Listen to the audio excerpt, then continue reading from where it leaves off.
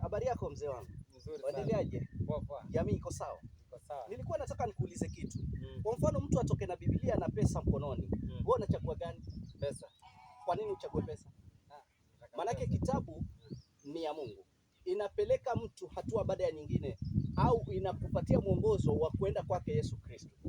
Pesa unanunua mkate na soda na vitu vya kula unamaliza. Unachagua gani wewe? Hebu rudia tena.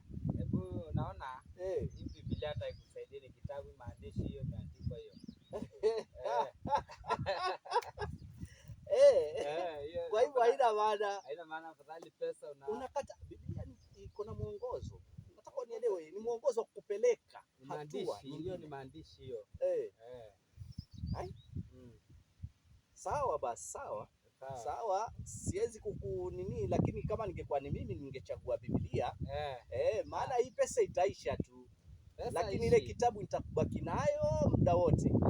Na itakuwa inanipatia mwongozo mzuri. Hiyo. Haya bwana. Sawa.